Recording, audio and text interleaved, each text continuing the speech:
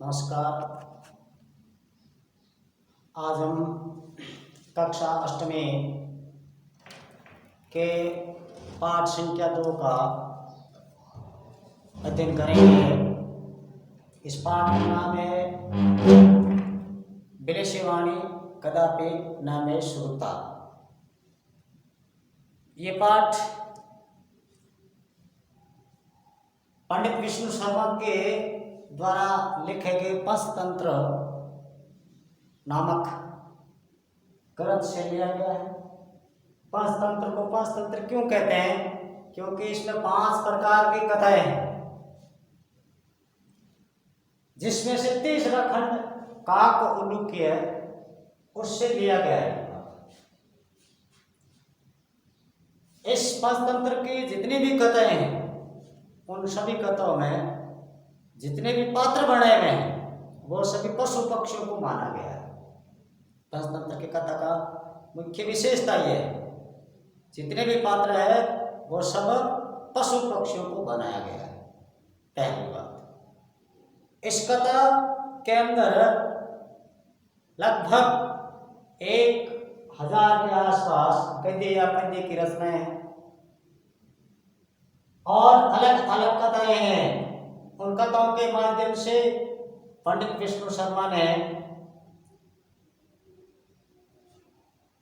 राजा के मूर्ख पुत्रों को सुशिक्षा देने के लिए, नीति का पाठ पढ़ाने के लिए इन कथाओं का संग्रह किया।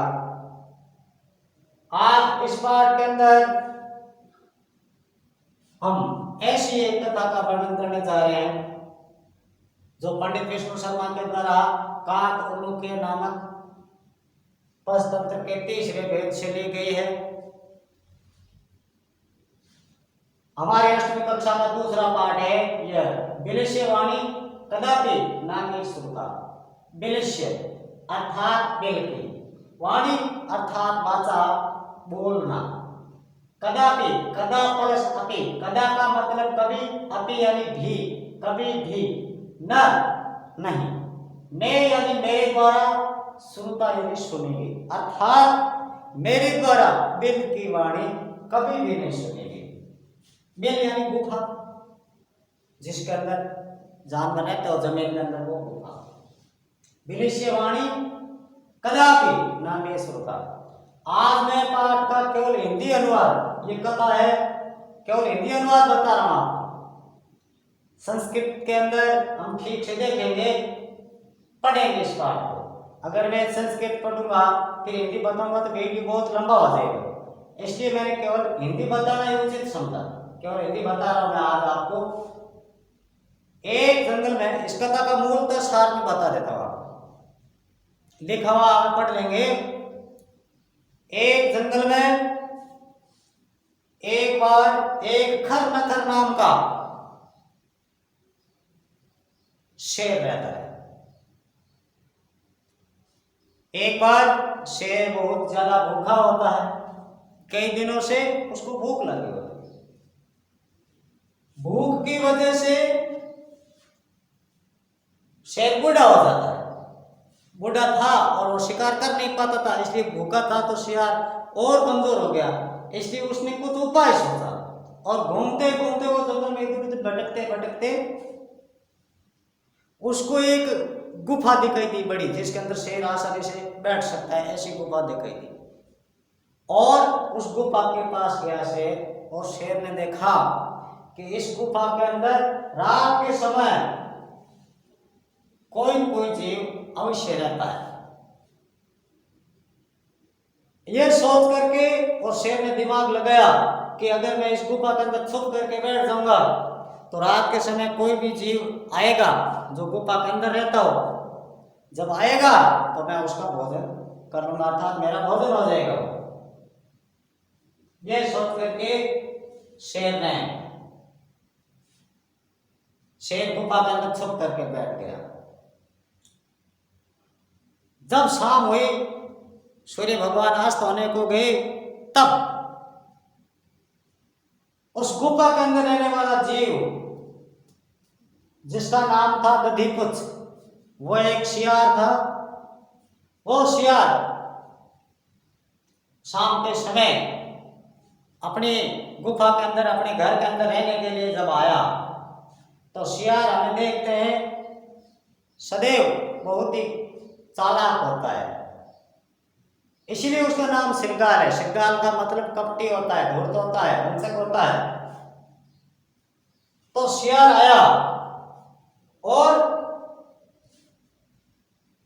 शियार ने दूर से देखा। वो समझदार था, वो शेर की तरह मूर्ख नहीं था, समझदार था, इसलिए शियार ने दूर से देखा कि जो मेरा घर है, मेरी गुफा है, उसके अंदर एक शेर है, वो अंदर उधर गुफा की तरफ, अंदर की तरफ गया है, लेकिन वापस बाहर नहीं निकला। तो उसको कुछ संशय हुआ मन के अंदर कि हो सकता है शेर अंदर हो जाएगा और खा जाएगा। इसलिए शेर ने तरकीब सोची, उसने योजना बनाई, माने मन योजना बना करके वो काफी दूर खड़ा होकर के और बोला, अरे गुफा, जब मैं पहली बार तेरे अंदर रहने के लिए आया था, तब तेरे और मेरे बीच में एक संधि हुई थी, शर्त हुई। शर्त क्या थी?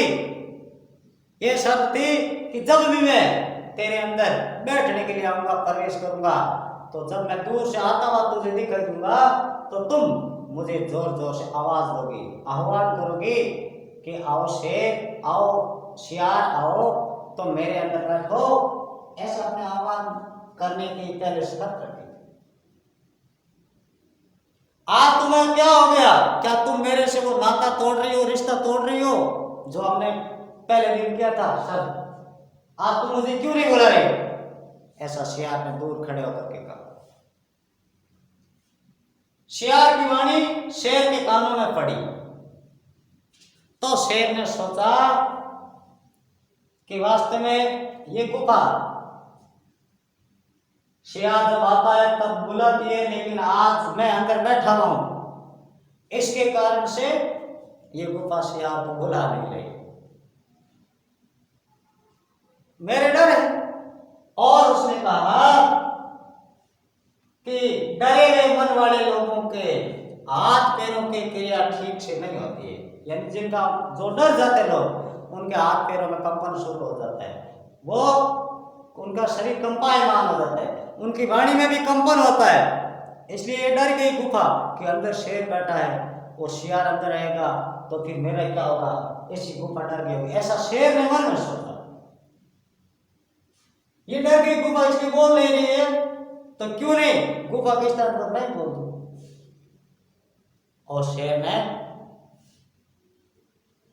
वो बात सोची और जोर से गर्जना की, आओ शियार, आओ, आज तुम क्यों नहीं आ रहे हो, आओ मेरे अंदर बैठो। ऐसा शेर ने जोर से गर्जन करते लिखा।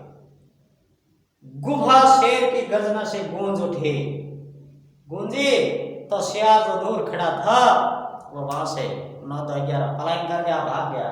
दूसरे पशुओं जिन्होंने शेर की आवाज को सुना, वे भी वहां से दौड़ने लगे, पशु दौड़ने लगे, शियार भी वहां से भाग गया।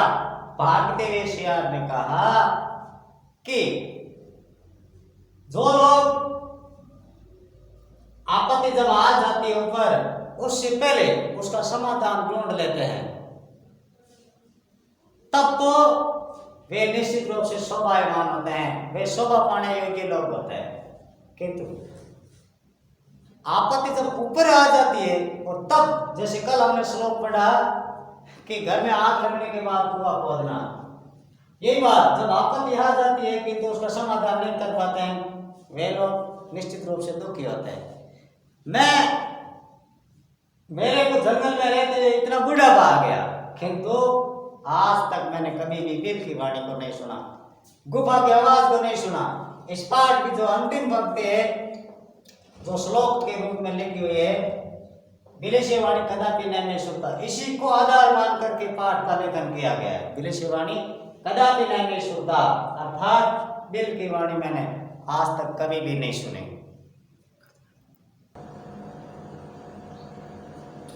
इस पाठ के कुछ कठिन शब्द और उन कठिन शब्दों के व्याकरण संबंधी कुछ टिप्पणियां मैं आपको बता रहा हूं, जिसमें जिन शब्दों के अंदर हमको दिक्कत आने वाली है, थोड़ी समस्या आने वाली है, ऐसी कुछ व्याकरण संबंधी बातों का ध्यान करना। कस्मिश्चित, जिसका मतलब होता है किसी भी।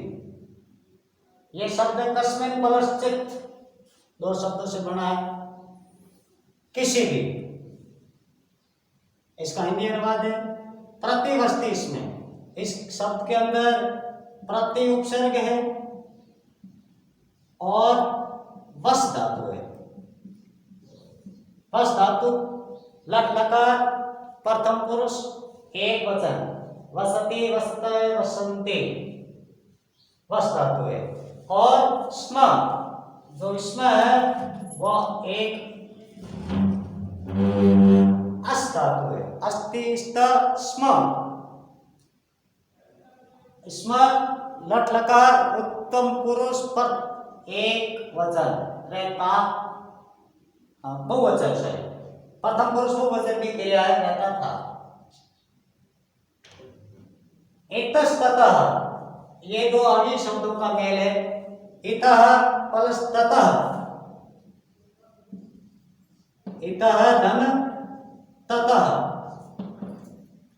सत का विषयक शब्द ये शब्द में, सत का विषयक शब्द इतः प्लस ततः, जो से था ये विसर्ग में बदल गया, इतस्ततः।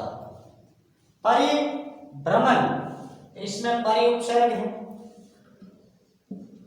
परि का मतलब चारों ओर, भ्रम धातु है।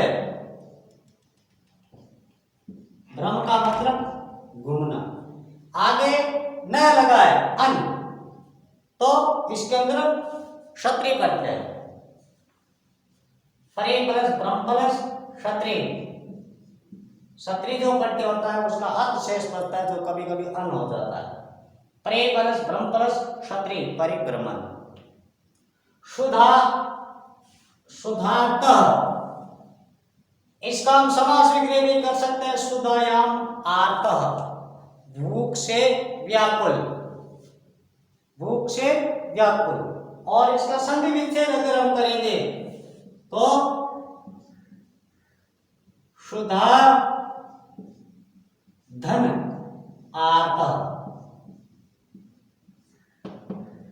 आ और आ, इन दोनों के मेल से दीर्घ आ का निर्माण हुआ है, जिसका मतलब होता है भूख से व्याकुल। सुधा यानी भूख, आर्त यानी व्याकुल। बड़ी गुफा महती, महती और दो गुफा, ये दो शब्दों का मेल है। महती गुहाम, महती का मतलब बड़ा होता है, गुहाम का मतलब गुफा होता है। दृष्टवा, इस शब्द के अंदर दृश्य धातु है और कत्वा करते हैं। दृश्य परस कत्वा, जिसका मतलब होता है देख करके, क्योंकि दृश्य का मतलब तो देखना होता है। दृश्य धातु इसका मतलब देखना होता है। कत्वा जो करते हैं वो लगने के बाद कत्वा का मतलब होता है करके। कत्वा शब्द इसका मतलब होता है करके। तो देखना, दृश्य का मतलब देखना, और कत्वा लगने से करके आता है, दृष्टवा यानी देख कर। नूनम, यह अव्ययी शब्द है, यानी खलु निश्चित रूप से। निगूढ़ो भूका, नि उपसर्ग है इसमें, और गुह धातु है, जिसका ढे बन गया है का कत्वा करके जुड़ने से। भूत्वा, भूत्वा के अंदर भू धातु और कत्वा करते हैं।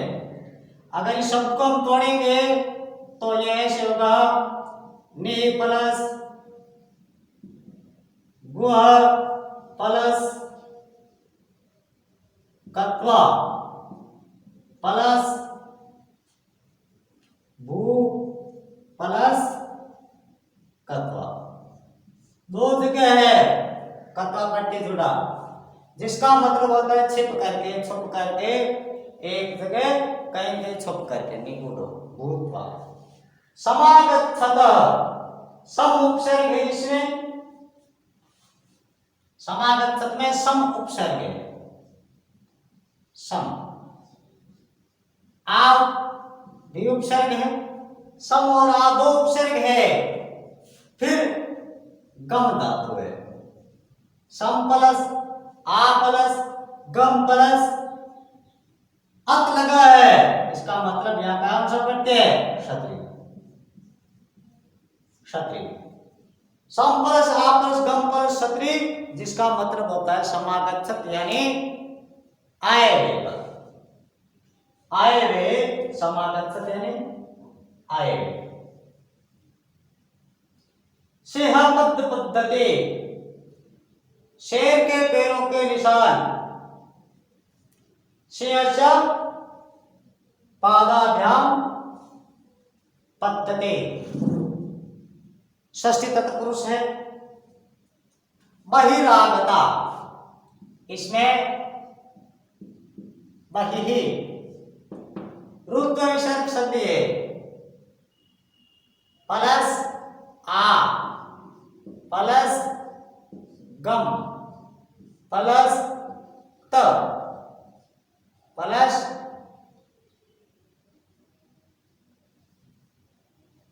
आ प्लस गम प्लस तथा प्लस टा। इन शब्दों के मेल से बहिरागता शब्द का निर्माण होता है। बहि यानी बार, आ उपसर्ग है, गम धातु है, तथा और टा दो पढ़ते जब मिले तो बहिरागता शब्द बना। विनष्टोऽस्मि, इसमें भी उपसर्ग है, भी प्लस नस धातु है, ठीक है। ये तो विनष्ट शब्द हो गया।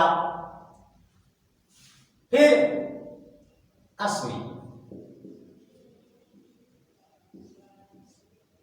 अब विनाश शब्द के अंदर जब हम तत्व जोड़ते हैं, जैसे दृष्टवा पीछे हमने देखा, तो इस स के बाद ते बना, उसी प्रकार विनष्टोऽस्मि शब्द बना है। ये जो अवग्रह वाला है इसका ए बन गया, क्यों? ये पूर्व रूप संधि में हमने पढ़ा है। विनष्टो अस्मि विनाश हो गया। अस्ति, अस्ति अस्ति प्लस इति, इसमें दीर्घ स्वर संधि है। अस्ति यानी है, इति इतना ही ऐसा है। कर्तुर्मार्ग, करना प्रारंभ किया, कर्तु प्लस कर्तुर्म प्लस आ प्लस प्लस आ प्लस शब्द, ये शब्द बना है जिसका मतलब होता है करना आरंभ किया। यन्मया, इसके अंदर दो शब्द है, यत् प्लस मया। ये जो त है इसका नय बन गया। प्रथम वर्ण का पंचम वर्ण बनने की क्रिया अर्थात हल संधि। जो मेरा या मेरे द्वारा, बाह्यतः बाहर से, प्रत्यागमिष्यामि प्रति, प्रति उपसर्ग है इसमें, प्रति प्लस आ प्लस गम और शामी यानी दृढ़ लकार। दृढ़ लकार उत्तम पुरुष एक वचन की क्रिया है, प्रति प्लस आ प्लस गमिष्यामि, प्रत्यागमिष्यामि, जिसका मतलब होता है वापस आए हुए, पुनः आए हुए। एतत् श्रुत्वा, ये शब्द थोड़ा हमारे व्याकरण से अलग है। एतत् प्लस श्रु, एतत् प्लस श्रु प्लस कत्वा, यह सुन करके एतत् श्रुत्वा, एतत् श्रुत प्लस कत्वा, इसमें हल संधि है एतत्, श्रुत धातु है और कत्वा पड़ती है, एतत् श्रुत्वा छात्र विराम संधि के योग से बना है। नूनम ऐसा,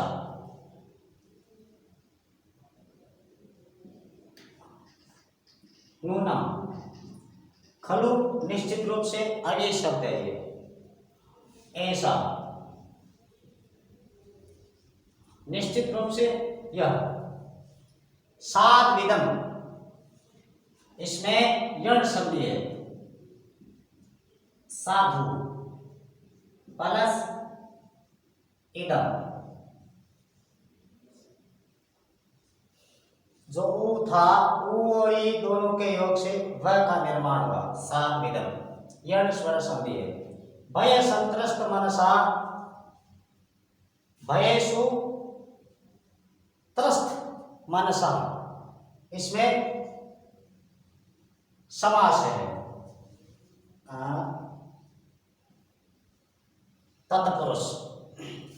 हस्तपादादि का, हाथ और पैर, हस्तपाद प्लस आदि का, हस्त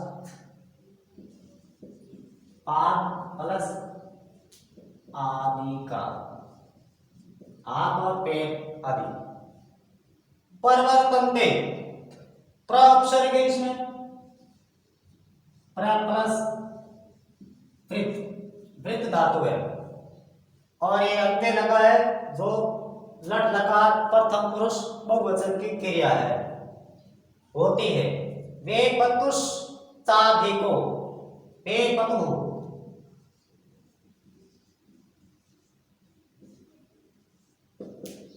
वे पतु जो श था ये विसर्ग में बदल गया, च प्लस अधिको, अधिक वे पतु अर्थात वाणी में कंपन होना, ये वे पतुष्टाधिको।